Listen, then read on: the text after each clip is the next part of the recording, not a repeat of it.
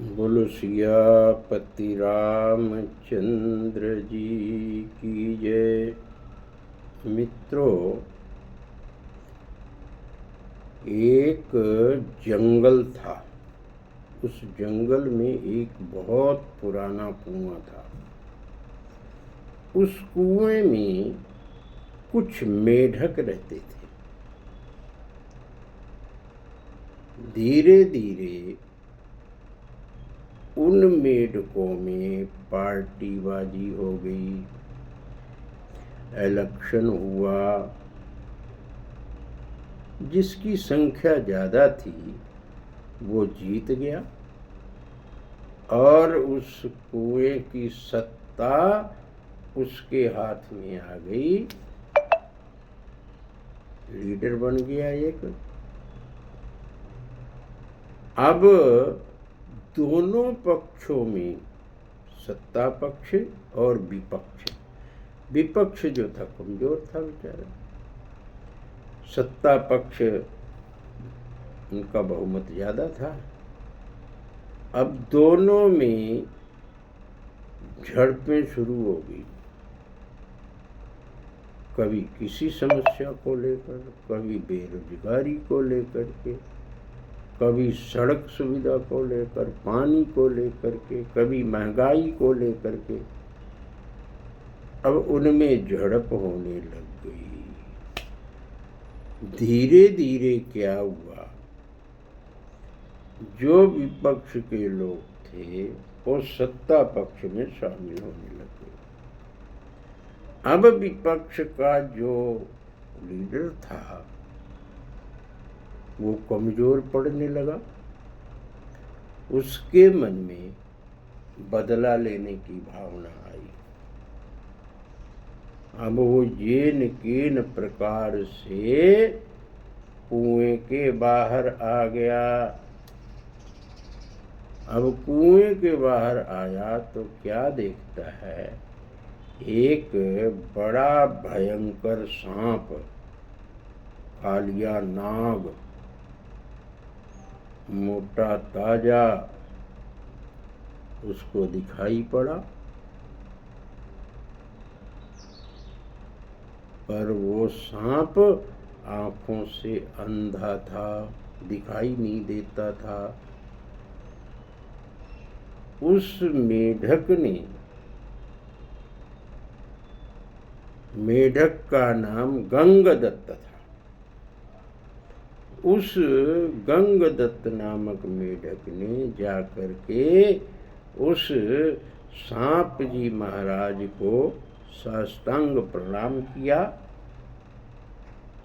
तो सर्प महाराज जी ने उसकी आवाज सुनी तो और कहने लगे, तुम कौन? वो कहने लगा, महाराज मैं गंगदत्त नामक मेढक हूँ।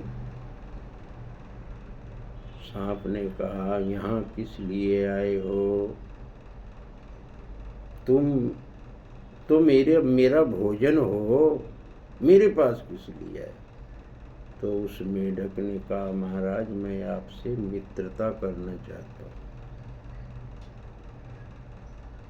सांप ने कहा, भाई मुझे दिखाई कम पड़ता है और खाने पीने की समस्या रहती है, तो मैं तो तुम्हें खा लूँगा।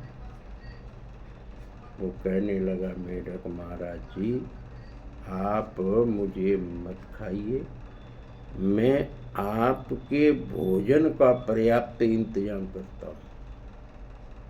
कैसे? सांप ने कहा। मेढक ने कहा, महाराज जैसे जैसे मैं कहता हूँ मेरे कथनानुसार आप मेरे साथ चलो। तो उस सांप ने मेढक को अपनी पीठ पर बिठा लिया और चल पड़ा। जा करके उस कुएं में दोनों ने छलांग मारी। मेढक तो उसमें पर्याप्त थे।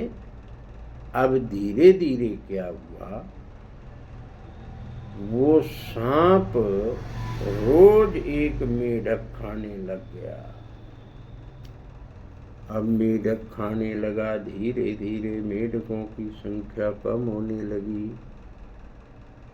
जो मेढक उसको लेके आया था वही रोज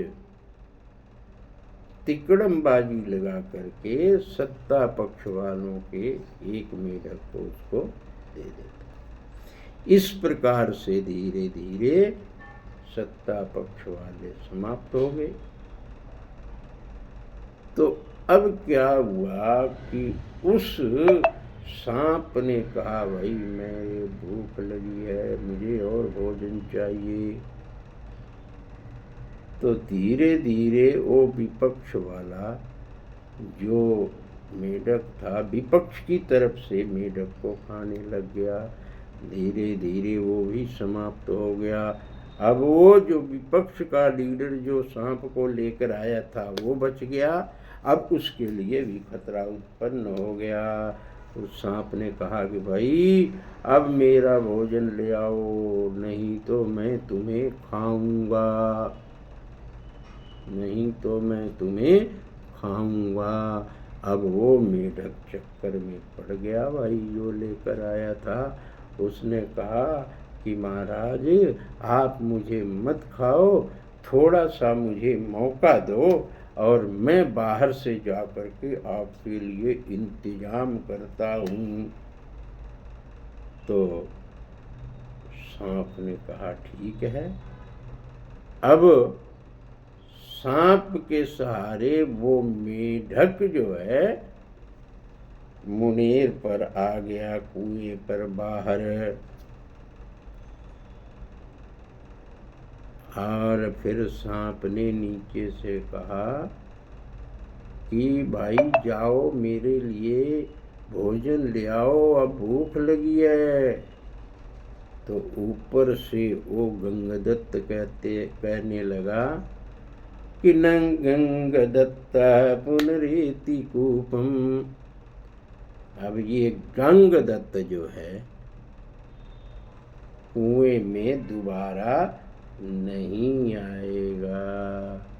तो कहने का मतलब ये है कि जो आपसी फूट होती है वो बुरी होती है और उसका फायदा कोई तीसरा ही, कोई अन्य ही उठाता है। नुकसान किसका होता है?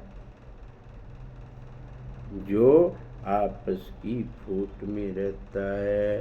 तो कहने का भाई बात ये है कि घर की फूट बुरी, घर की फूट बुरी। बोलो सियापति रामचंद्र की जय।